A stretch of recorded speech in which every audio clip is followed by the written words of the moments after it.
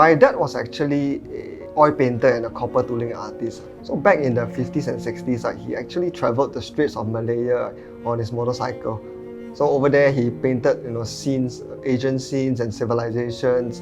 And the art that he made was mostly sold to the post-war British colonial officers. He found it increasingly difficult to sell the art because many of the colonial officers were going back to their country. So that's when he actually started out to try picture framing in the 70s. Ever since then, we have been doing framing for the last 50 years, spanning 2 generations.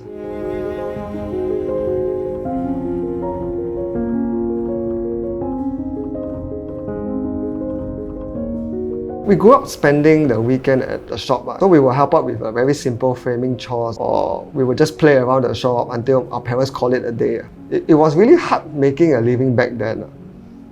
We actually did not plan to continue this business. We thought to ourselves that frame making is a sunset industry. My brother wanted to sign on in the army, and I actually wanted to further my studies. But seeing that our dad, he was already in his 70s, and he's working till very late at night and 7 days a week, we couldn't bear to see that. So we decided to put off our plans and try to help him out.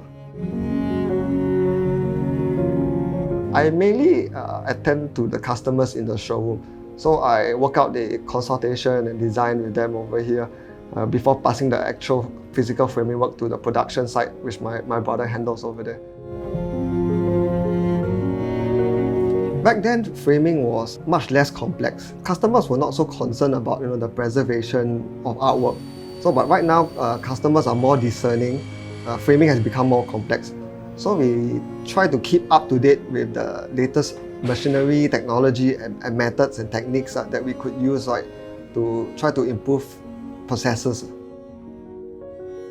One of the memorable things that I framed was actually a used cigarette butt. He wants to remember it as the last cigarette he will ever smoke. I hope he managed to quit.